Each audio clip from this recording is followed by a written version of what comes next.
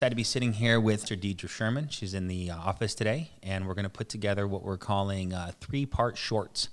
And basically, we're going to do this video you're watching right now, where Deidra's going to coach us on her phone script. There's another video coming out shortly where you'll learn about her in-home presentation, and then finally a mindset and structure to the business video coming out shortly after that. So this is the first of 3 parts. So if you like how Deidra trains, look alive for the follow-up sequences. Also, if you like how Deidra trains, there's a link in the bio below, or the description below. You can connect with her as well. But without further ado, how you doing today, Deidra? I'm doing fantastic. Good. Happy to have you here. So I know you've got an approach and some mindset and structure in the way you set yourself up. I'd love for you to kind of share with everybody what it is that you do to make yourself so successful utilizing the phones here. Yeah, absolutely. So the biggest thing for me that I think about every time I get on the phone is less is more. Okay. It's really about the confidence and the mindset that you have behind the phone. But how I set up my dial days is, one, I make sure that I go and dial out every Monday and every Thursday. Okay.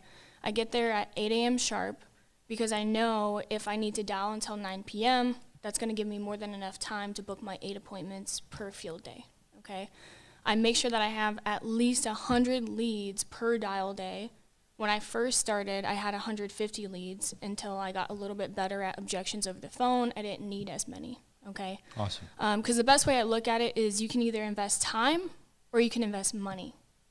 So in the beginning, when I came in, I only had about $400 to my name. So I had to make sure that I was investing more time in order to get better at the business, make more income, and then use that cash flow to invest more into leads. Well said. So now that I have the cash flow and I'm consistently investing $2,000, $2,500 a week in leads, my consistency with leads is coming in probably about 50 leads, 100 leads a week. So now I have more than enough to make sure that my dial day is set up. Now, when I get on the phone, we can role play my phone script, but it's straightforward. It's, hey, Grady. Hello? Hey, Grady, this is Deidra. I was getting back to you in regards to the white postcard that you sent back to our office for the state-regulated burial, funeral, and final expense program that covers up to $30,000. You put your age as 56. That's correct, right? Yeah, that's correct. Perfect. Okay, like I mentioned, Grady, my name is Deidra. I'm out here in the Dallas County, so I've been assigned just to help you out with this. I did want to verify real quick, were you looking to get coverage for just yourself, or do you have a spouse in mind as well? I have a spouse. Okay, perfect. Now, we do receive quite a few of these responses per week, so we do a quick screening health-wise. Are you pretty healthy for the most part? Yeah, I'm pretty healthy. I'd say so. Okay, nothing serious like heart attack, stroke, cancer? No, nothing like that. Okay, good, good. Now, are you working, retired, or disabled? I'm working. Okay. Are you working 8 to 5 or? 9 to 4. 9 to 4. Perfect. Okay. The reason why I asked, Grady, is they have me dispatched out in Dallas on Thursday and Friday just to get this information out to all the other folks that requested it as well. I do see about 25 families today, so 25 families per day, so I'm pretty busy, but I can try to squeeze you in on Thursday either at around 5 p.m. or later in the evening around 7 p.m. What time would work best for you and your wife? Let's do. You've got to come to the house. Yeah. So the reason why we come out is just we have to lay eyes on you, make sure that nobody else is taking insurance out under your name. So it'll take literally about 5 minutes, and I'll be out of your hair. So I can either do a 5 p.m. or 7 p.m. What time works best for you? Let's do 5. Perfect. Okay. Go ahead and grab a pen and paper. Okay. All right, Grady. Write down my first name, Deidra. It's spelled D-E-I. D-R-A. Okay. I will be there between 5 to 6 p.m., Grady. If you could give me an hour window, just because I have about 25 families to see that day. Sometimes I run a little bit behind. Will that be okay with you? Yeah, that's fine.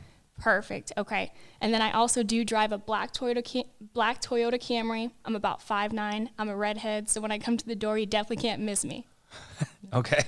Okie dokie, Grady. Well, I'll look forward to helping you out tomorrow between 5 to 6 p.m. Okay, perfect. See you tomorrow. Bye for now. Okay. Okie dokie. Is that a little thing you do? Yeah, so I actually add okie dokie, hun, honey, depending on who I'm talking to, just because in Texas, I mean, everybody's talking about y'all, hun, honey. Yeah. So to me, it's more relatable when I'm using terms that they're familiar with. And they know that I'm not a telemarketer, because a telemarketer isn't going to be using hun and honey. Yeah. They're very monotone, they're very straightforward. So I try to be a little bit different, add a little bit of personality so they know that I'm real. And then what I did over the phone was I asked them the qualifying questions of what I really needed to know before I got into the home. so that way I know exactly how to direct the appointment. I don't really care about gathering that much information over the phone because I'm going to do that in the home anyways. Plus, you don't want to ask too many questions over the phone because it kind of scares people. So my goal is just to set the appointment, get in the home. Sometimes if I get an objection of, hey, I don't want you to come out, or hey, I'm really not interested, to me, that's just a complaint from the client. It's not because they don't want it. It's mostly because they don't understand what it is. So I'm always very upfront, and I'm like, hey, I'm not a telemarketer. I'm not a salesperson. I'm just a field underwriter, and my job is just to get this out to you. So I can either be out there around 5 p.m. or 9 p.m. What time will work best for you? 9 p.m. you go to a Plymouth that late? Yes, absolutely. That's serious. What happens if I said that I had a heart attack? I still go out. No, like, so you said you have a heart attack, stroke, or cancer, and I go, I had a heart attack a year ago. Okay, got it. What would you say? You say, okay, no, okay, got it, that's it. Okay, just got it, and move forward. Move forward. And the reason being is because, again, you don't want to ask too many questions over the phone. You do want to note that, hey, they have had a heart attack, but, I mean, we know that that's going to be an AIG client. Got it. Especially if they said that it was a year ago. But you know that you can get them covered. Absolutely. You're a broker. Exactly.